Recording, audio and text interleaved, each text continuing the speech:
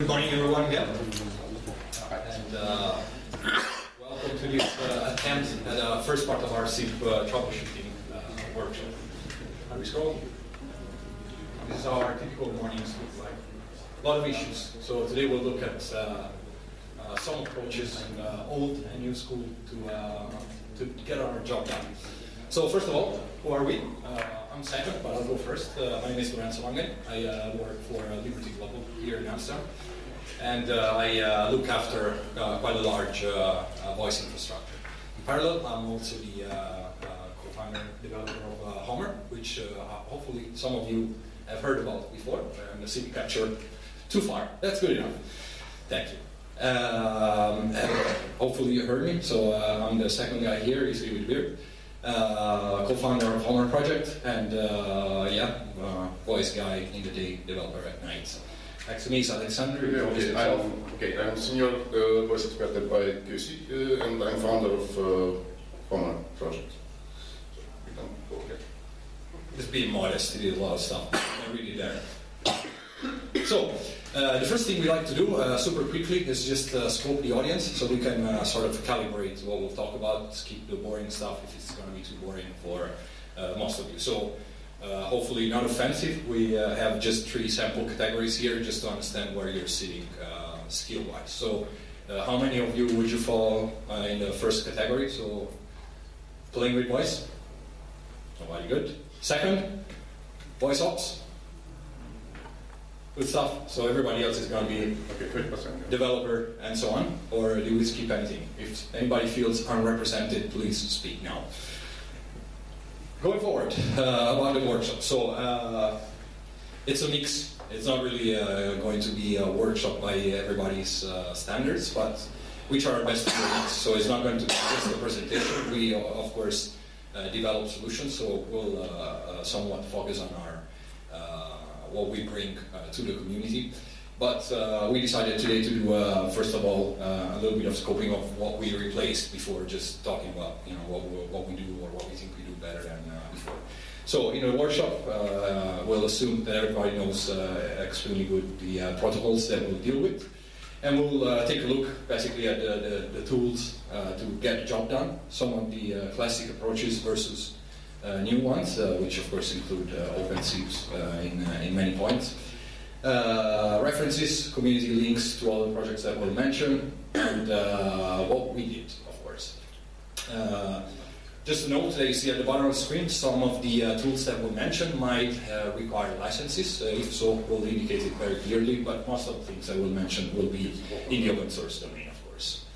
So, we start with the, let's say, a little bit of historical references, how we get the job done on the average day. Of course, when you're troubleshooting issues with SIP, you got to capture packets. There's no other way around it. Sometimes you got to see the protocol. If it's yours, everything is fine. It's sitting on your desk. But most times, it's not. So we'll see how the classic approaches to getting the job done. So you'll see some old, well-known friends. Talking about troubleshooting, of course, issues might appear in many areas. Sorry, although I must have severe allergies.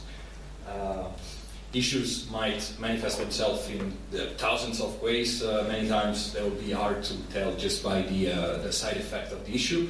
But this is where we think many of the, let's say, investigation, troubleshooting areas anyway, are concentrated. So most times it's going to be interop issues, different vendors, different configurations, different implementations, and of course a lot of misconfigurations all over the place. This is, in our experience, one of the main drivers of issues, and one of the typical areas of investigation when we're looking at troubleshooting. Negotiation, of course, is another big one.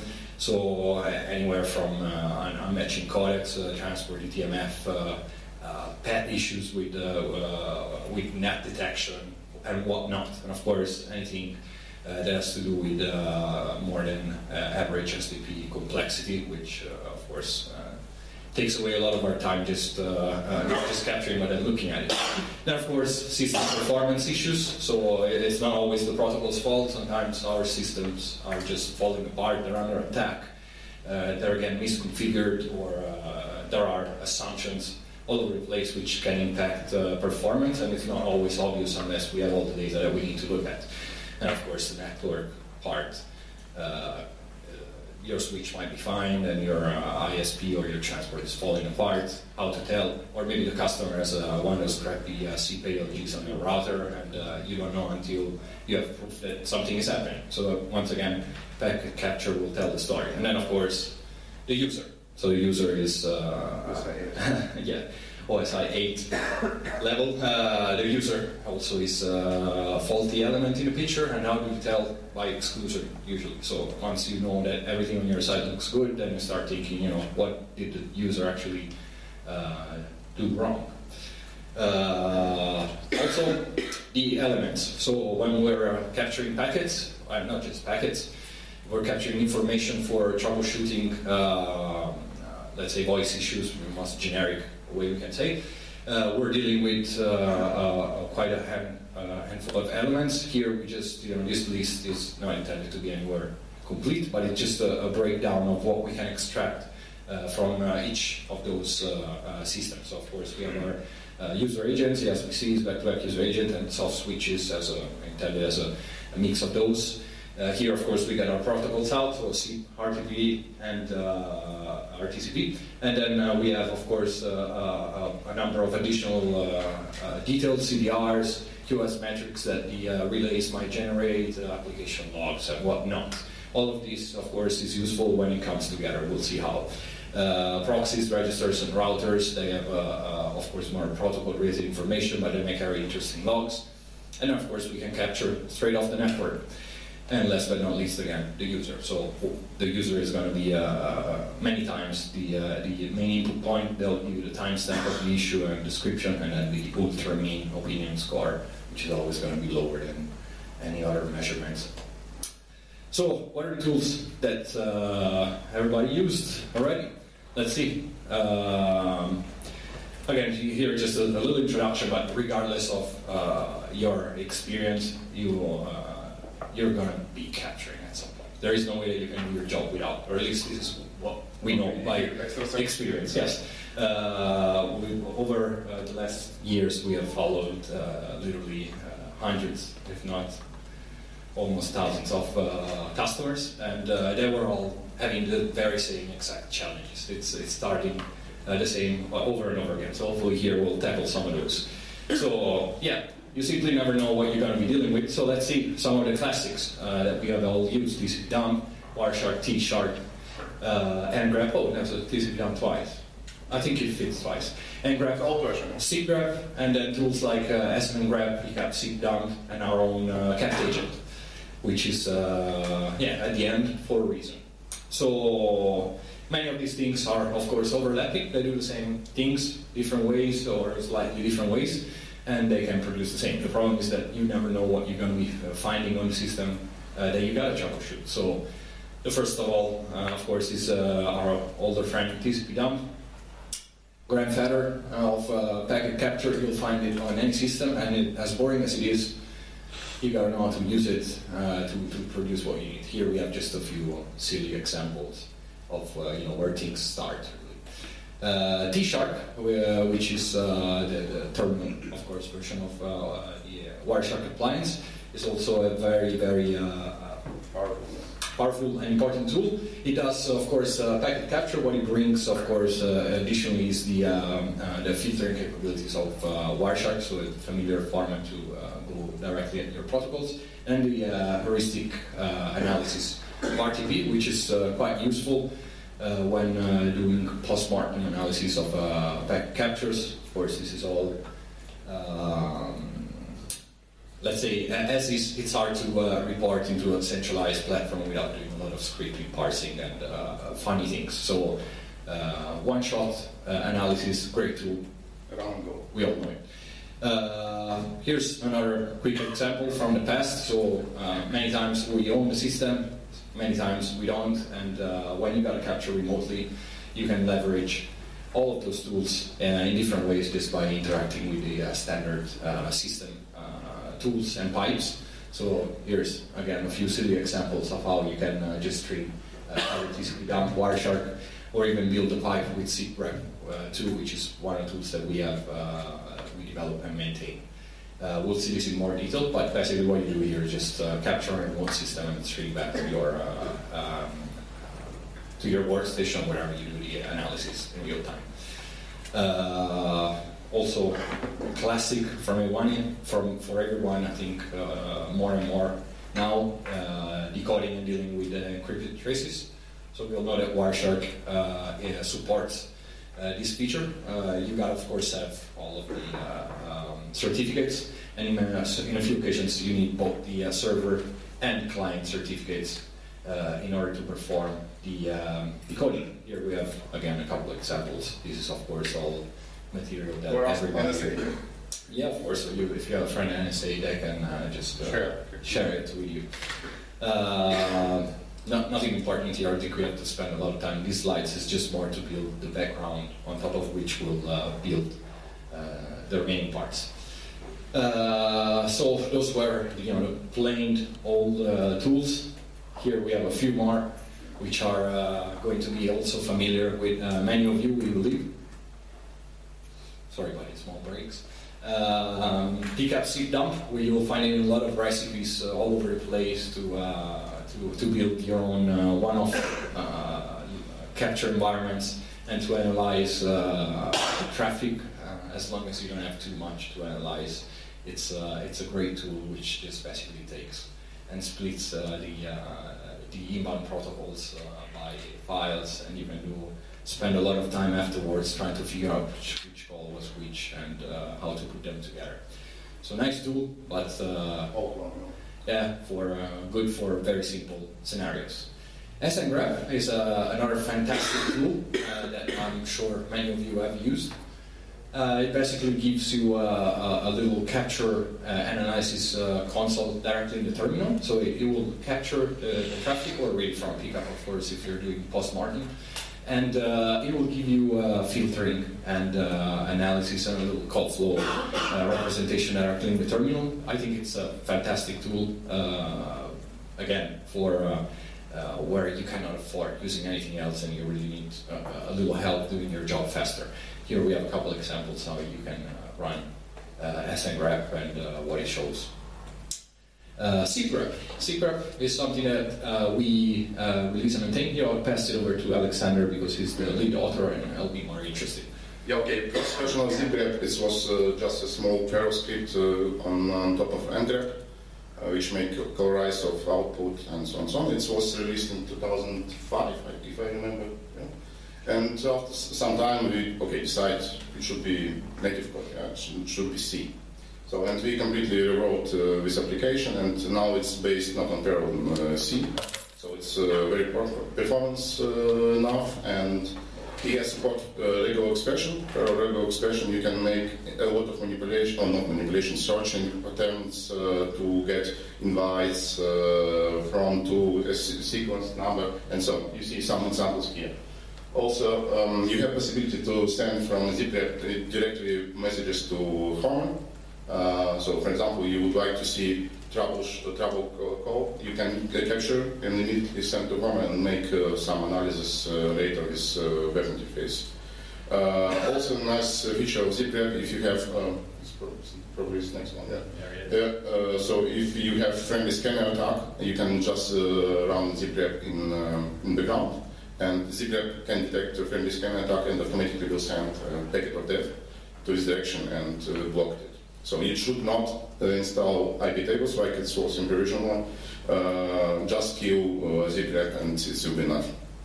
Also, a good feature, but you can just also run SIPgrep like T-shark in background and make splitting of size or timestamp PCAP files. So you can just make a rotation and delete, let's say I would like to keep PCAP last 2 weeks, and it will be keep it in your HTTP and will be automatically removed after this time. Okay, so it's SIPgrep is available on GitHub in our repository. You can install, download, What is needed is only libcap library and regular expression, nothing more. And also, of course, you see it's a coverized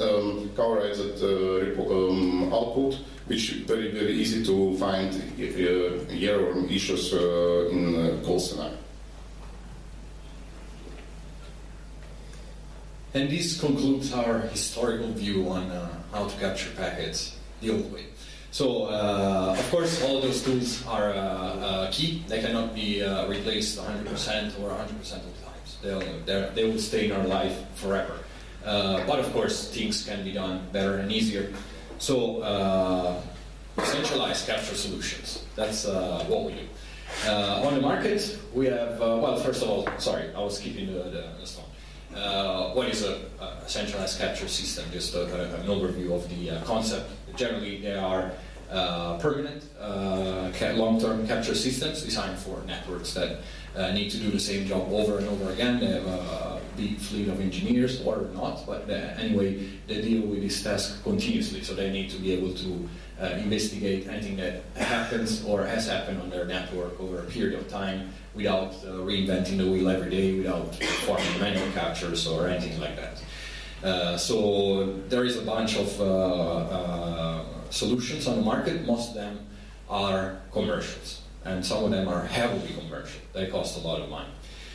So this is exactly how we came together. Some years ago, we were both basically doing similar jobs, dealing with very expensive commercial tools. Then you go home, and how do you do it? You know, you miss those fancy features and having a centralized place to do things. And those things are basically, you know, having a big centralized point of aggregation where you can store all this information and share with your colleagues or even yourself in the future, because, you know, we do the same things over and over again, and many times just having your part of information consistently available is key. Instant troubleshooting. So you don't have to waste time going and figuring out how to get that data, how to get those packets, how to replicate the issue with the customer. You already have it. It's sitting there. All you have to do is find the packet, which is most times just a matter of knowing the time range and a few details. And then, of course, long-term storage and metrics. So having all of this data produces data. So you can see what happens over a monitored network over time, how it changes its usage, its issues, and its performance. So what it really delivers is accelerating the investigation process, reduce its complexity, reduce the need to give access to systems. So, you know, I've seen it myself, even in very big networks, you know, the people that shouldn't have access to key platforms do, just because that's the only way to get out the information in case of issues. So to troubleshoot it, you basically make the risk even larger. And then, of course, yes, those solutions empower teamwork. So you can more easily share with your colleagues your experience, your investigations, and your results. Here we have a little list, which is in no way complete, of the solutions for this task, which are overlapping and we are familiar with. So the first one that you'll see is Homer. By the way, how many of you are familiar with Homer at all, or know what it is, or you have used it even? Okay, that's a good percentage. Thank you, guys. Here we have listed some of our competition, and I don't think we have to go into those platforms. You probably have, if you use Homer, you probably know them, and have excluded them for some reason, most likely the cost.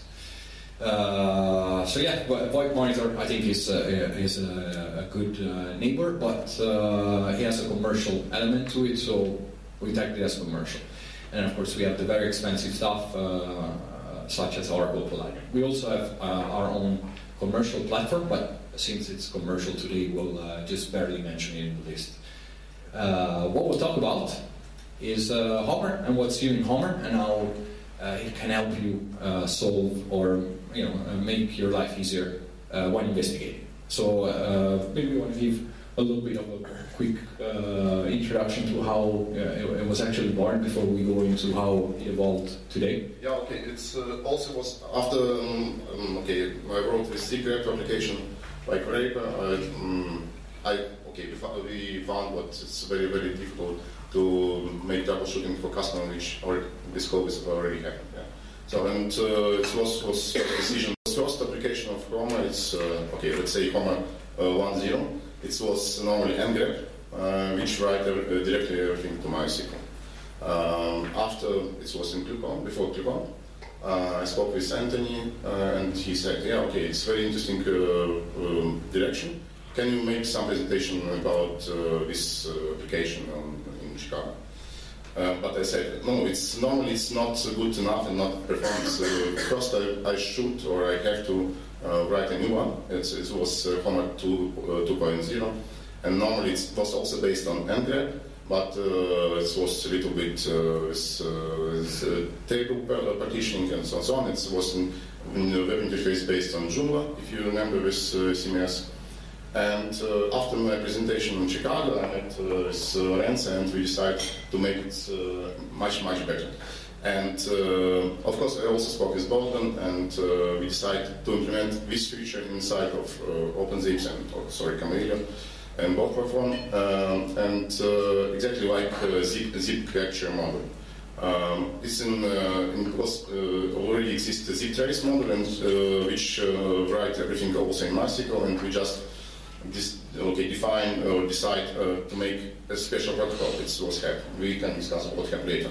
And first, we wrote a new Homer 3.0 based on own CMS. It was PHP, JavaScript, and so on. And it's based on Chameleon or OpenSIPS. It's what we prefer. Okay, here we're talking about OpenSIPS, sorry. And you can write directly with help of zip trace or capture agent all messages to centralized database and make manipulation or not manipulation to troubleshooting this code which already happened. So. And just to be clear, if you go on our repository today, I can just because why it's Homer 5, because probably you will confuse why it's Homer 5, because it's 3 years ago or 2 years ago, we developed Homer 4, and we decided to release, but some this licensing and so on. It was not able to release it, and we decided to make a completely new one with a new code without any commercial part. And now it has name Homer 5. So, just not to be scared. Yeah, we don't want to be confusing. If you go on our repository today, you will still find version Homer 3. What you see today, Homer 5 will be released in about 15 days. So before the end of the month, it will be public. We'll present it. So this is an absolute preview. Nobody has seen this before. And yeah, that's quite a lot of it. So we like to spend some time here, especially since there's quite a few guys that already use it. It probably makes sense.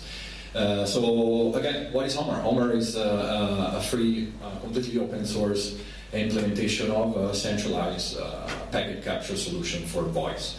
As Alexandr explained, it didn't just fall off the tree, so it's the fruit of many years of improvement, redesign, re-implementation, and as he said, we even have a full entire version 4 that was not even ever released. And it was awesome, so that's a shame, but unfortunately we made it too good and we pissed off some people and their concepts. So yeah, here we go. It comes again in a completely clean version. So what it does, it's very similar to what we had discussed before, but here we're talking about the application itself, so we can get into more detail. First of all, it's a turnkey solution, so it does pretty much everything. It's still modular, meaning that the packet mirroring and the capture part are split. They're very flexible, they're configurable. You design how it works within the platform, but other than that, once you have the packets in the database, the rest is hopefully completely self-handled. So what it does, it feeds from data into a database. We'll see exactly how, and then it reads it back to you via API. What it allows you to do, in essence, is just to find calls and sessions on your network, find issues with those sessions, correlate them to other sessions, which might be back-to-back legs, as simple as that, and simply, quickly figure out what happened to that call, the quality of that call, and anything related to it, we'll see how in which detail. What we do extremely good by now is in the correlation part. So we have several sub-scripting parts where you can define how the system aggregates legs and finds related sessions. We have a very good visual representation of those legs, so it doesn't matter the complexity or how many sessions involved. We're spitting out a very nice canvas-based call flow. We have very fast. We can enable very fast detection of anomalies because of our statistical engine. So everything that we capture is also broke down and saved into statistics. Those statistics are going to be the most meaningful data that you can get out of this because they're pointers at issues. So you don't know what the issue is, but you can immediately tell anomalies and/or link a monitoring system to look at those anomalies, so you can be alarmed in real time. It's easy to integrate, so the new version delivers a real standard API. The version 3 had some areas that were still a little bit young and hackish. This time it's clean, so you can really take and reintegrate all of our functionality in your own platform if you wish. And then finally, it's going to be easy to install. So those of you that already use it know that under certain scenarios, it's not as fun as it should be to get it up and running. Our support, I believe, is pretty good and pretty quick, but still, the fact that you need support is an indicator that we needed to improve that part. And we did. So, whoops, too fast. Homer 5, what's new in Homer 5? And here, sorry for those that are not familiar with the previous version, but I don't think you'll miss out much. But for those that do know it, this is let's say the main, for those that don't know it, sorry, I'm flipping it out. For those that don't know it at all, those are the main features. So Homer can support all together, and mostly thanks to the platform it uses, so OpenSIPS on top. High packets per second rates. So you can throw a lot of traffic at it, and you can use it to aggregate data from many systems, not just one. So it's not designed to be looking at just a single platform, but it's designed to be an aggregator.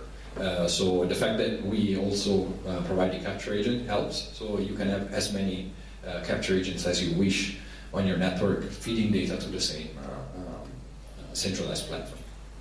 Multiple DB options. In this new version, we are not only supporting MySQL and Postgres, but we extended it to also support Elasticsearch and InfluxDB, and there's more coming. So you can finally mix the data that you have captured with other data that other tools might have captured on your network, and just bring it all together. So you can finally mix statistics, and we'll see some very good examples right after. We migrated from our own visual framework, which was by now falling apart. jQuery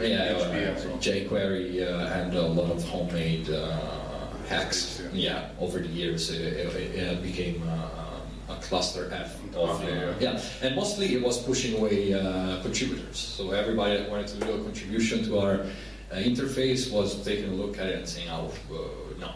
So right now it's a pure Angular interface. It's very easy to just jump in, extend it, create new widgets, create new functionality with the data, and it's also fun. We have added a whole bunch of new widgets to visualize the data and to build representations of it. So we were making technical people already quite happy, but not their managers. So now you can also build dashboards and visualizers with the people that pay your salary can make something out of. We improved, of course, the search and filtering. This is a never-ending process improvement. The rest is the classical stuff. So you can again search, display intense call flows, extract everything to PCAP text files or bundled formats that we're working on. So you can share this information with people external to your network without compromising the information of your network. Multi-user support out of the box, either local or centralized, with your business. And then our community, which is our very favorite. So there's a lot of people that use the solutions, there's a lot of people that are willing to help you get there, and then of course ourselves. Here's a few examples, so just to show you how the new Hummer looks and works. The core of it is, of course, always the search form, because that's where all of us will start. So this is how it looks today. The beauty of it is that, as compared to the older versions of Hummer, now you can build your own forms. So you can make a form for your engineering team and one maybe for your support team with only the fields that you want it to have. Or you can modify it as to look as whatever you want. Each of those fields, each of those menus is completely dynamic, so you decide to create a form, create it with 4 fields, and what those fields do. Then you simply fill it up here, where we're just displaying a standard form search, where the only filter is the method. So this will produce results. So we'll present a table. Color-coded by session, so each one of those colors belongs to the same session. You can easily see how it's distributed. We have columns where, of course, you can see the internal ID of this capture, the date, the method. Here, of course, we filter by invite, but we'll have some more examples as well. Request URI from users. Call ID is going to be the key information. And here, actually, we're looking at an attack. You'll notice the user agent is SIPCLI. So it was either scan or attack, which fits our research. Thank you to everybody sending us attacks. We filtered, but otherwise you will see also service IP, destination, and so on. Once you click on call ID, you immediately get the call flow for that session generated on your screen. This is canvas-based, so you can spread, zoomed, export it. You can take it, you can bring it into your reports, presentations, share it with the customer as an image, and whatnot. This is a single session. Of course, if you would have more legs, you would see more elements and more messages going back and forth. If you click any of those methods, which is actually what we're here for, you get full payload out. So here's it. This is basically the job done. The packet is there. You find it easily.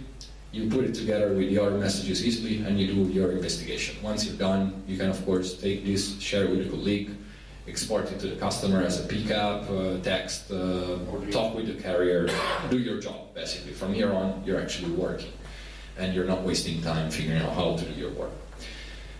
The beauty of the new Hummer is actually how we allow users to rebuild their experience and the dashboard, similar to what many platforms do nowadays. So we have tough competition with Elasticsearch, Kibana, Grafana.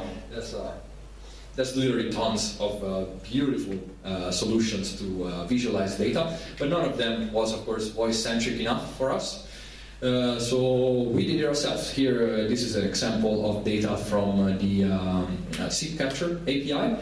This is completely built of a formula, so you can take a chart type, pick an API function, define the fields that you want to deal with, and there you have it. And then what's left is just to decide the size of the widget that you're looking at. So here we show just a breakdown of IP registration and in bytes as detected by the system, ASR, NER, from the API, user agent in bytes breakdown. And this is all normal. So this is stuff that you already had in Hummer, just now you can design it to be whatever you want. What's new is the rest. So right now you can mix your detections and your voice traffic with detections from other systems. So here we have this example actually is a tripod play. So in the same dashboard you're looking at data from Hummer on the right side. So this is packet counters and method distribution from your own system that we're monitoring. In the middle we have aggregations from Elasticsearch, which was looking just at the network. This was captured by ntoPng, and it was just feeding down a breakdown of protocol packet measurements by with just bytes and packets exchanged by host and their protocol. And here we can again display it and match it to our voice logic, so we can see which protocol consume what over a period of time, histogram for a specific type of packet. And then here we go at the bottom left, you see an InfluxDB query, which is actually looking at the load of the system which is performing the capture. So we bring it all together. You can monitor in the same dashboard the voice statistics, methods, everything that you have captured from your capture agents. You can monitor parallel systems, which might be looking at your network performance, logs, CDRs, and whatnot. And then you can monitor your capture system's performance internally. So you can see when you're reaching capacity, you're overloading yourself, and so on. Finally, all in one place. Normally you can send also from OpenSIPS or from different platform. That's the protocol, all information to InfluxDB and just use InfluxDB for statistics, like time series database. So, okay, of course we prefer to use our MySQL for statistics, which are already integrated in Homo, but if you familiar or you prefer InfluxDB, you're welcome. So it's all statistics. For example, you can send also statistics from RTP engine with Grafana protocol and immediately write to InfluxDB. And in this dashboard, you can see how many packets load average of your RTP proxy. Yeah, okay. Keep the mic. I can do the introduction and you take it. Sure. So, of course, we're here for OpenSIPS. So, OpenSIPS is actually able to be or become a complete capture system, both sides, so capture agent and capture server. This is how Alexandr explained before, thanks to the SIP trace and SIPCapture modules, which have been now in the project for quite some time and are now upcoming for a good redesign and optimizations. So what I do, basically you can turn an OpenSIPS instance into either a capture agent. So with the SIP trace module, you can cherry pick and forward specific packets, methods on your network to a capture server. You can do this by a logic, or you can just forward everything at once. This is done using the HAP encapsulation protocol. And on the other side, you can have an OpenSIPS instance become the capture server. So this time with a SIPCapture module, which allows you to open HAP sockets on the system, where you can receive, parse, index, and store packets. And it's not only going to be methods. This can be anything that can be carried by the HAP encapsulation protocol. So nowadays we support signaling, RTP statistics, logs, CDRs, and it's a growing list. Most of all, we support JSON payloads. So you can just send arbitrary data to a collector with a correlation ID. So for instance, let's say that you have a system logs where you have your call ID and you express one of the parameters that your software is performing, building, whatever it be. You can take this information, extract, for instance, the call ID with a regex expression, and then forward everything to a collector with a HAP protocol, and this can be correlated now with your messages. So all of a sudden, you're looking at SIP sessions, and then you have a tab where you can see any other log entry. There was revision one. It's here from the left side. You see here. You can just click logs and see all details what you can send to this HAP. To drop to make an example last night, but it's there. Yeah. For example, it's if you see what it was released 402, it's payment required. Yeah? You don't know why, yeah? Because you should, after this, you see 402, you should go to logs. You should go to logs and check why it was rejected. But now you can immediately start in the background HAP application on Silver and send all log information directly to home. You just click on log tab and you see why it was rejected. So customer don't have money in account, and it's also a reason for rejection. And once again, the beautiful thing is that this is up to you. So this is just a tool that you can implement and design your own solution. We don't restrict which kind of data you can send or even suggest it. This is completely up to you. You can just feed it in and do your own correlation. It doesn't matter what you care about, you can put it together this way. So yeah, I think we said enough here. The three methods that you can grab packets is, of course, one is a HAP socket, which we already described, but you can also just use a raw capture, or you can also receive IPLP from Acme SPC, which is not very much used, but it's there. Yes. So maybe Alexandr here, you can explain a little bit how the configuration from the capture server works, because it's interesting. Yeah, okay, but it isn't, but in simple, so you just have a simple configuration, and you in route and on reply route you can just define which options you would like to store in database. In HOMA 5 we just redesigned also MySQL schema. Before we used one table, SIPCapture table, which has partitioning. Now we decide to make for each day own table, which also will be partitioning by time. In this case, you can change schema for next day. For example, if you don't like what your zip message field is only 1,500 characters, you would like to store more, you can just, for next day, you can just change it, and it will automatically apply. Now, if you would like to change varchar to big one, you should completely to rebuild your table. And if you have a huge traffic in this table, this can take probably hours or day. So in this case, it's better, of course, to have separate table for each day. And also, what we decide in HOMA 5. For each transaction, you have own table. For example, for call transaction, you can just define it's invite, byte, cancel, 200K for cancel, and so on and so on. It will be stored in SIPCapture call. Of course, with timestamp, and registration will be stored in registration, and REST messages, options, and so on, which or publish, notify, and so on, which not related to your call, will be stored in the REST table. So in this case, your search will be speed up. It's light speed normally, and you have more possibility to drop data if you don't have enough HDD and so on and so on. So it depends of you. Here it's an example how alarms and statistic logic works in OpenSIPS. You can just define how many registration packets come in this interval. Write statistic. If you have friendly scanner alarms, you also write this information to log or in block table and so on and so on. So you have centralized solution for your complete VO network. So if you have many than one or OpenSIPS instance or free switch and so on, you can just centralize in one HOMA application. You can just define which packets or which IP can be blocked and so on. So exactly here, you can define which method will be stored in which table.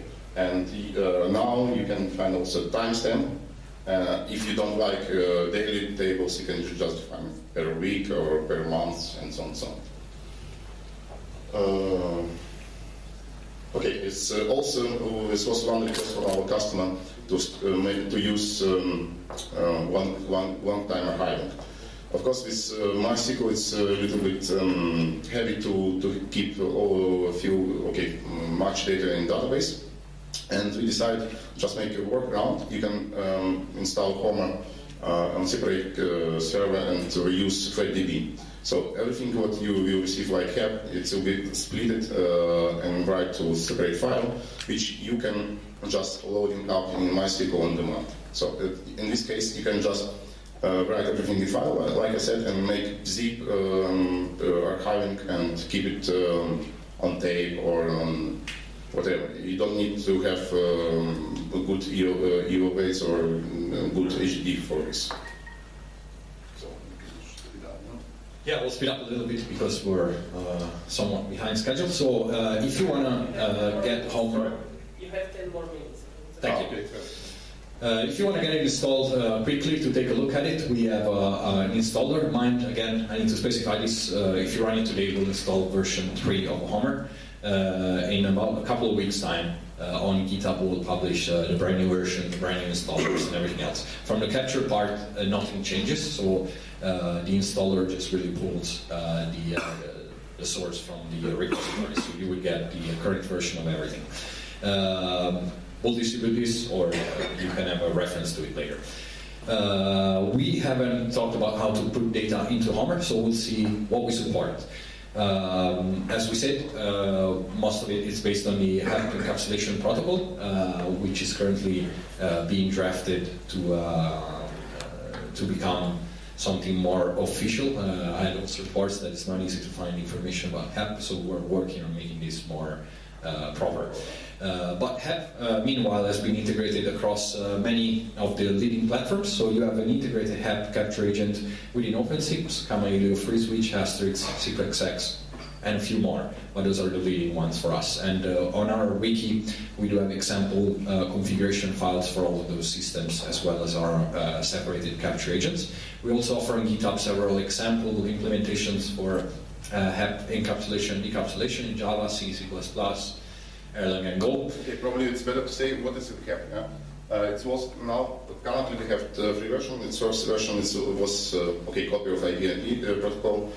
Second version it was extension with timestamp, and HEP protocol it's normally you can put all packets, all NASA protocol and send to centralized solution and store it in database. So you can also put some additional information like correlation ID, information about MOS, TCP packets, and so on and so on. It's special. It's not can be used only for SIP or MGCP. It can be used also for different protocol, like also for logging customs. Absolutely. And so, if you want to implement myself, you can also have examples how it can be used in C, in C++, in Java, and Go. And if you get stuck, you can contact us and we'll be glad to help you, or we'll be glad to make it better. If you don't have any of those platforms with an integrated capture agent, you can use our capture agent project, which is basically a dedicated capture agent, or at least so it was started. It was a dedicated capture agent for Homer. Today it's a little bit more than that. So it's really a capture framework agent. Where it's very easy to implement additional protocols, additional modules for in and out. Currently, it is really purposed for use with Homer, but it's not limited to it at all. So it ships with modules, the Universal Protocol module, which currently supports SIP and XMPP. So you can mirror those to a Homer instance. RTCP module, which is able to indeed extract RTCP or TCP-XR packets, parse them, collect them, and forward them. A CLI module, which allows you to access the Captagent instance, configure its statistics, and so on. And of course, the HEP module, which is used to stream all the data back to the collector. We do support in this version also encryption and compression. So you can, for HEP, within the HEP protocol, of course. So you can stream encrypted signaling, and you can compress it, saving up to around 30%. Over your mirroring costs. Upcoming is the remote API, which allows you to put together a fleet of capture agents and configure them remotely. So you basically deploy and go on. Another way to put data into Homer in an easy way is to use SIPgrep. So SIPgrep, as Alexandr mentioned, is good for troubleshooting, but you can also use to forward what you're troubleshooting, what you're seeing on the screen to a collector and find it there later. So you can actually keep all the information without silly copy paste of screen and so on. Here's an example how you can do it. All you have to do is add the -h option. Another good way is nprobe. So nprobe from ntop as a HEP module that we have developed together, and it's able, if you use nprobe at all for any other purposes, now you can use it also for voice. Last but not least, and it's not going to be last, but we have very little time, you can also feed media, QS and media-related statistics into the system. There's quite a few, sorry, I'm going too fast. Of course, all is based on RTP, RTCP, and the extended reports and the user agent reports, RTCP-XR and XMP-RTP stats, which are generated by user agents. Hopefully, most of you are familiar with those and don't use that much. We have a few ways to put those together and complete the full picture. So you have network statistics, signaling, and also QS. Okay, so here it's not only Homer 5 will be released soon, it's also will be Captagent 6, it's new generation, which completely has a new design and also has a good modeling of TCP-XR, so you can just decide start at the TCP-XR model and say, oh, your user agent sent TCP-XR information to this Captagent socket, and it will be immediately forwarded to parse it and forwarded to Homer, and you will see all TCP-XR statistics in Homer.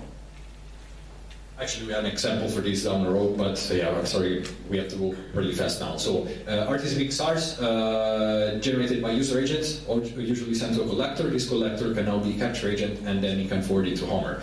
Another way which you can simulate this if your user agent doesn't support it is by using the RTP Reaper, which is a Java application you can just run on the network. It sniffs SIP, RTP, RTCP, and it generates RTCP-XAR packets, again, towards the collector.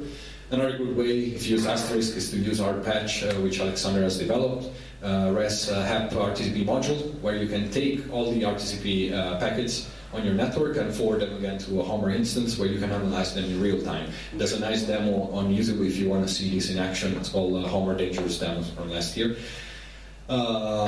User agent reports, as we mentioned, many user agents can report their quality towards the end of the call. I know we have 3 minutes. You can capture those and 5. Good, thank you.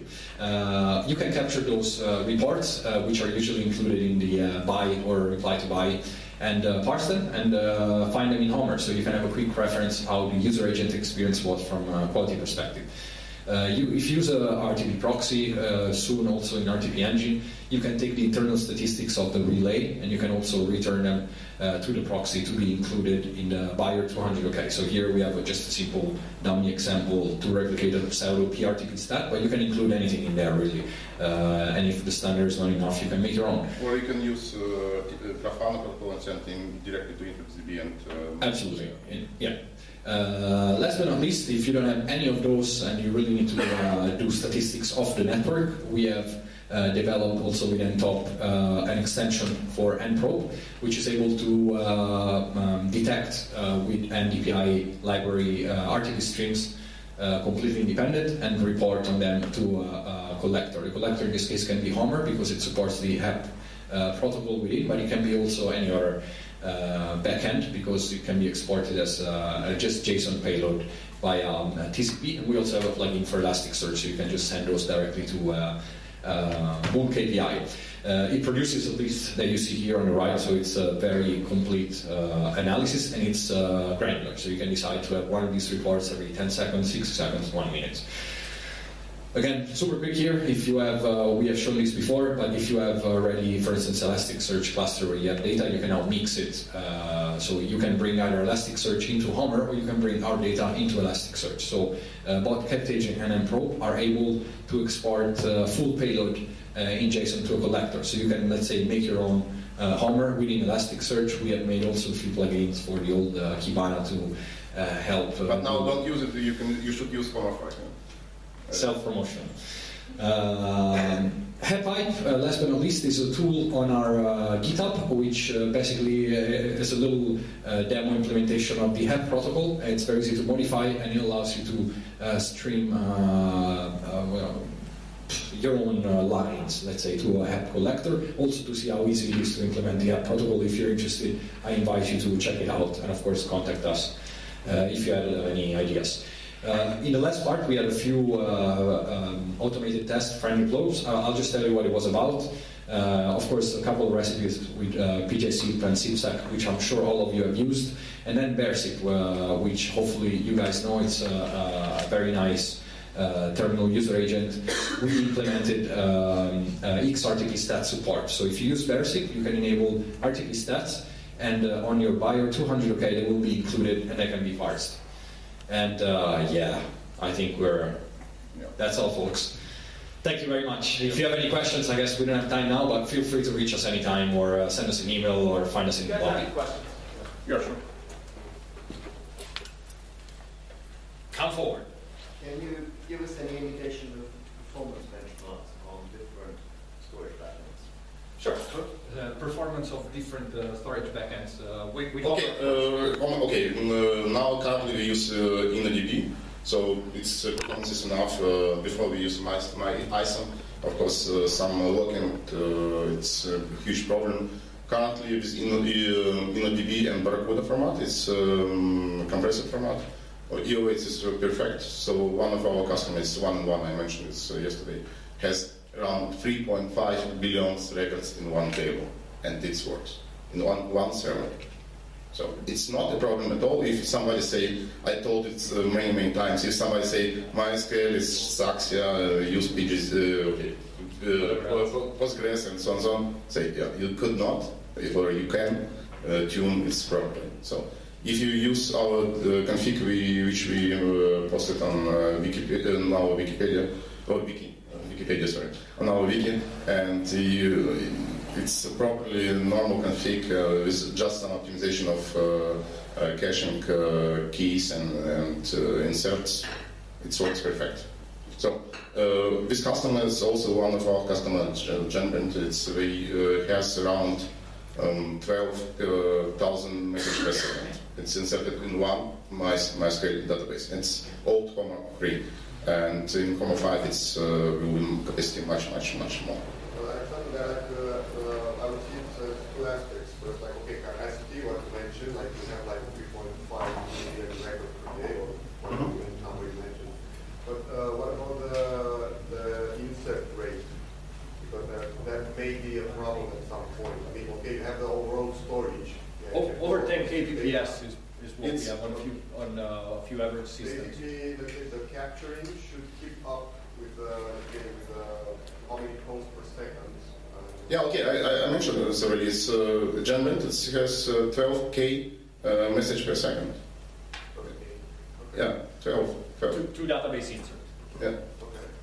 And that's a single node. It's a single node and single table. It's not split into many tables. Yeah? So it's one table. In Homer 5, it will be much better, and performance will be much better because it's several tables and it will be not a lot. Because InnoDB is okay. MySQL say, yeah, InnoDB it's nice because it's raw looking. Yeah, it's not really true because it's caching and so on. It's block also full table. In this case, if you have split it by sharding by transactions, we will be writing different tables. Its performance will be awesome. Yeah, because I remember some time ago, maybe a couple of months, we tried to use on a trunking system when they were roughly like 6,000 calls per second, trunking. Yeah, okay, understood. Okay, I can just make a point. It's probably be bad HDD. So normally, what we can say about all of our customers, if you would like to have a good performance, you should have separate HDD only for database, not share with operation system or with logging and so on. It's this HDD should be separate. It's one slice, and of course, it's better use RAID 0 in this case. So it's more RAIDs. HDD, you have a RAIDs, you have more performance because it will be splitted sharding automatically on RAID controller. So I don't see any points why it should be solved. It's only depends on your system and how you configure it. So also this, if you compare with Cassandra or to MongoDB, NoScale is awesome. It's okay. Old MySQL or BGSQL, it's also nice. It's also nice if you have tuned and configured your system in the right way. So don't hesitate to contact us, and we of course we help everybody who wrote mail and say we have some performance issue and so on. Just use HD params, which performance rate you have on your HDD, and use our MySQL configuration, and we help you, of course. That's another question. Does the work with G729 coded with RTP? Sorry? Is the RTP can the code G729? No, we don't record FTP. We capture FTCP and send statistic of FTCP and store it in database. So FTP analysis, you can use VoIP monitor. We have an application for this, but we don't do decoding. So we just do we don't write extraction. We don't write FTP on PK. We just use statistic, or we generate a statistic for FTP and FTCP. Of course, if you want, we can make on-demand capturing for FTP and so on. It's also possible on end-to-disk or end-of application. But we don't write everything on HD, and it's for carrier it's impossible because for small companies probably it's a good solution to write everything on HDD and make a post analysis or for call center. But for big carriers, and we are focusing on carriers. Users, not the small one. We have already deployed version 3.